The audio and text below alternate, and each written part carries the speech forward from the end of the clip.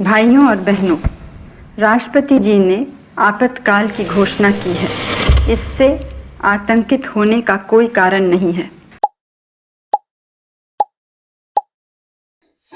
25th June 1975 to 21st March 1977 is the period which is considered as the darkest period of Indian history. Why so? Because on that particular time period, our Prime Minister Mrs. Indira Gandhi declared the national emergency, and during that time period, our fundamental right was suspended, press freedom was also restricted, and political leaders were also arrested. So let's discuss the whole period, why all of this happened, what is the reason, what is the impact, and each and everything, each and every aspect I'm going to discuss in the particular video. So the first point is the constitutional basis. कहाँ पर ये mention है, कौन से article में mention है कि हमारे कॉन्स्टिट्यूशन में कि हम इमरजेंसी डिक्लेयर कर सकते हैं. So basically three kind of emergency is mentioned in our constitution. First is your national emergency, second is your state emergency, and third is your financial emergency. So जो आपकी national emergency है वो mention है article 352 में. 352 में national emergency को declare करने के लिए तीन मेजर ग्राउंड मेंशन है. First is your war, second is your internal disturbance and third is your external aggression. 1975 की जो इमरजेंसी डिक्लेयर किया गया था वो इंटरनल डिस्टर्बेंस के ग्राउंड पर डिक्लेयर किया गया था बाय प्राइम मिनिस्टर, और उसी ग्राउंड पर हमारी जो पूरी इमरजेंसी नेशनल इमरजेंसी वो आई. और उसको डिक्लेयर करने के लिए प्राइम मिनिस्टर इंदिरा गांधी ने उस टाइम के प्रेसिडेंट फरुखुद्दीन अली अहमद को ये एडवाइस किया था कि वो नेशनल इमरजेंसी को डिक्लेयर कर दो, जो कि नेशनल इमरजेंसी डिक्लेयर किया गया. अब इसके बाद जो नेक्स्ट पॉइंट है, क्या बैकग्राउंड है, why the emergency was declared. क्योंकि नेशनल इमरजेंसी डिक्लेयर करने के बाद वो टोटल 21 मंथ्स रही थी. अगर हम उसका टाइम पीरियड डिस्कस करें, that is 25th of June 1975 till 21st March 1977. तो ये पूरा टाइम पीरियड जो हमारा 21 मंथ का है, 21 मंथ तक हमारे पूरे देश में, हमारे पूरे इंडिया में नेशनल इमरजेंसी डिक्लेयर किया गया था, नेशनल इमरजेंसी चल रही थी. चलो थोड़ी सी स्टोरी डिस्कस करते हैं कि क्यों इस इमरजेंसी को डिक्लेयर किया गया. 1972 में हमारा इंडिया में इलेक्शन होने वाले थे, बट क्योंकि उस टाइम जो प्राइम मिनिस्टर थी वो हमारी इंदिरा गांधी जी थी, उनको था कॉन्फिडेंस कि वो जीत जाएंगी सारे इलेक्शंस को. तो उन्होंने क्या किया, 1972 की इलेक्शन को 1971 में किसी तरीके से कंडक्ट करा लिया. और 1971 में जब हमारे इलेक्शन कंडक्ट हुए थे तो उस टाइम उन्होंने रायबरेली की सीट से इलेक्शन लड़ा, और उनके ऑपोजिट में थे हमारे राजनारायण जी.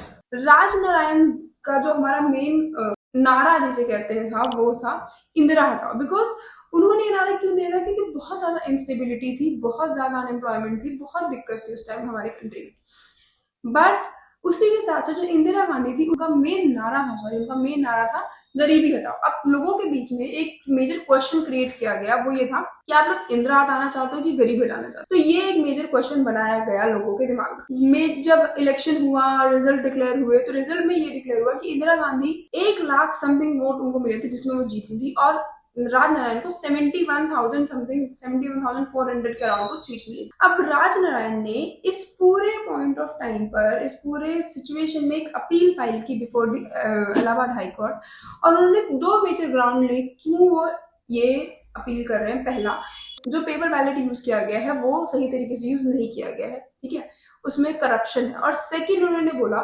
करप्ट प्रैक्टिसेस को यहाँ पर यूज किया गया.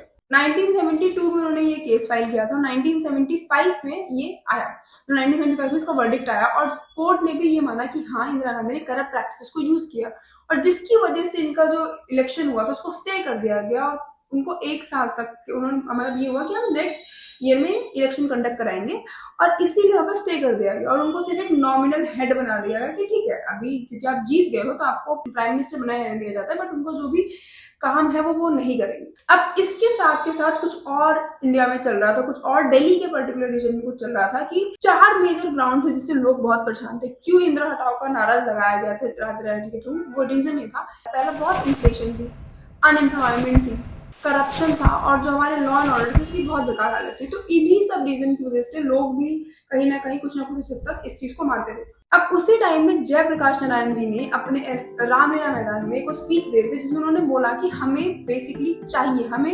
रिवॉल्यूशन चाहिए, ऑल ओवर इंडिया को रिवॉल्यूशन चाहिए, ताकि हमारी जो गरीबी इतनी बढ़ रही है उसको कुछ खत्म किया जाए, जो इतनी अनएम्प्लॉयमेंट है उसको खत्म किया जाए. इन सब पूरी सिचुएशन को देखते हुए इंदिरा गांधी को सिर्फ एक ही चीज दिमाग में आई कि हम इमरजेंसी डिक्लेयर कर देते हैं, इंटरनल डिस्टर्बेंस है ग्राउंड पर।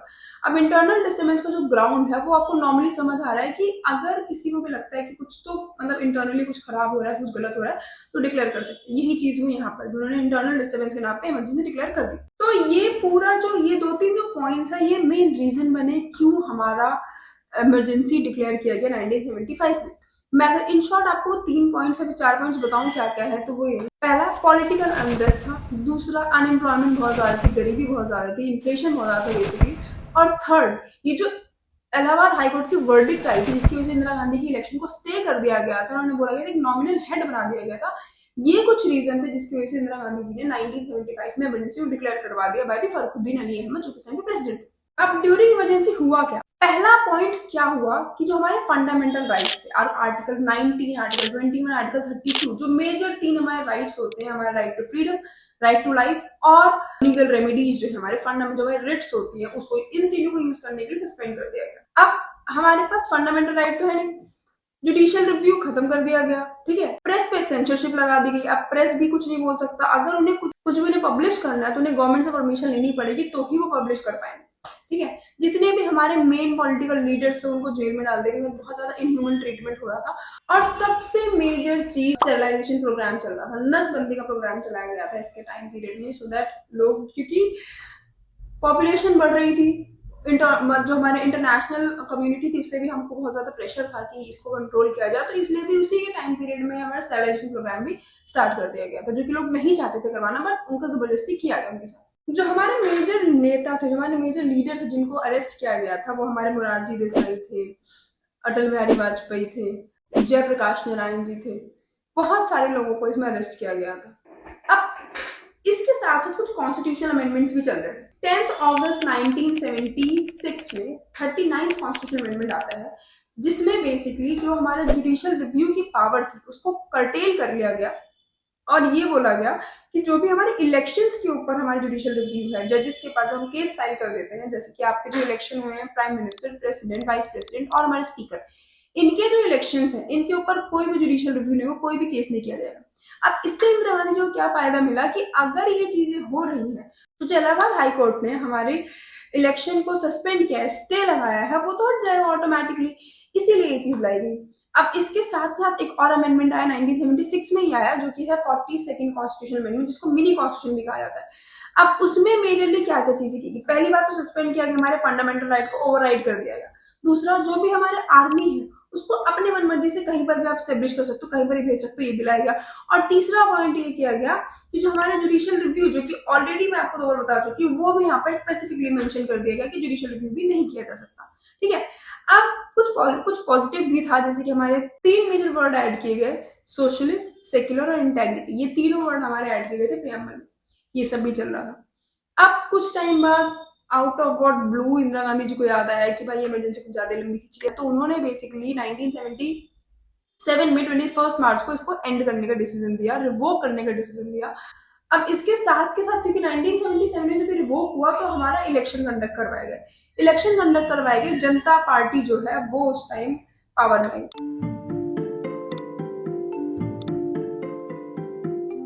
और उन्होंने आते ही 44th कॉन्स्टिट्यूशनल अमेंडमेंट लेके आया, जिसमें जितने भी 42nd कॉन्स्टिट्यूशनल अमेंडमेंट में जो भी हमारे फंडामेंटल राइट को सस्पेंड किया गया, जुडिशियल रिव्यू हटाया गया, आर्मी का जो पॉइंट किया गया, ये सब खत्म कर दिया गया, और वापस इसको जो भी हमारी पहली सिचुएशन थी 1975 से पहले की जो सिचुएशन थी उसको वापस से रिफोर्स किया। ये है हमारे कुछ इमरजेंसी के पॉइंट पर। इमरजेंसी के टाइम पर क्यों इमरजेंसी के पीरियड को इतना ब्लैक पीरियड, डार्क पीरियड माना जाता है, बिकॉज इतनी इनह्यूमैनिटीज हुई है, हमारे फंडामेंटल राइट को सस्पेंड कर दिया गया। और इसी के टाइम में एक जजमेंट आती है ADM Jabalpur versus Shrikant Shukla. This is again one of the famous judgement when we talk about emergency time period, because उस टाइम पीरियड में इसको हेबियस कॉर्पस केस भी कहते हैं। क्यों? क्योंकि इसमें हमारे सुप्रीम कोर्ट ने स्पेसिफिकली बोल दिया था कि जो भी ड्यूरिंग द इमरजेंसी आर्टिकल 21 जो हमारा राइट टू लाइफ है उसको हम अपना इन्फोर्स कर ही नहीं सकते, ये बोला गया था by the supreme court of India on that particular time period. इसीलिए इस जजमेंट को डार्केस्ट जजमेंट भी बोलते हैं। अल्टीमेटली उसको हेबियस कॉर्पस के नाम से जाना जाता है, ADM Jabalpur versus Shrikant Shukla. So at the end of this video हम सिर्फ इतना बोल सकते हैं कि जो 1975 का पीरियड था, जितनी भी क्वालिटीज हुई हैं इन जेल, जितनी भी क्वालिटीज हुई हैं लोगों के साथ, हमारे फंडामेंटल राइट, एडीएम जबलपुर का जजमेंट, और जुडिशियल रिव्यू की पावर को ले लेना। सुप्रीम कोर्ट और हमारी मतलब हमारी जुडिशरी और लेजिस्लेचर के बीच में जो टसल दिखी है इस टाइम पीरियड में, वो टसल आगे भी कंटिन्यू होती रही है। तो आगे कुछ वीडियो में इस टसल के बारे में बात करेंगे, क्या मेजर टसल है, क्या मेजर इश्यूज थे हमारे लेजिस्लेचर और जुडिशरी में, और किसको कितना, किसने अपने पावर को कितना एक्सीड किया, ये भी हम जानेंगे। तो मिलते हैं नेक्स्ट वीडियो में। Till then good bye.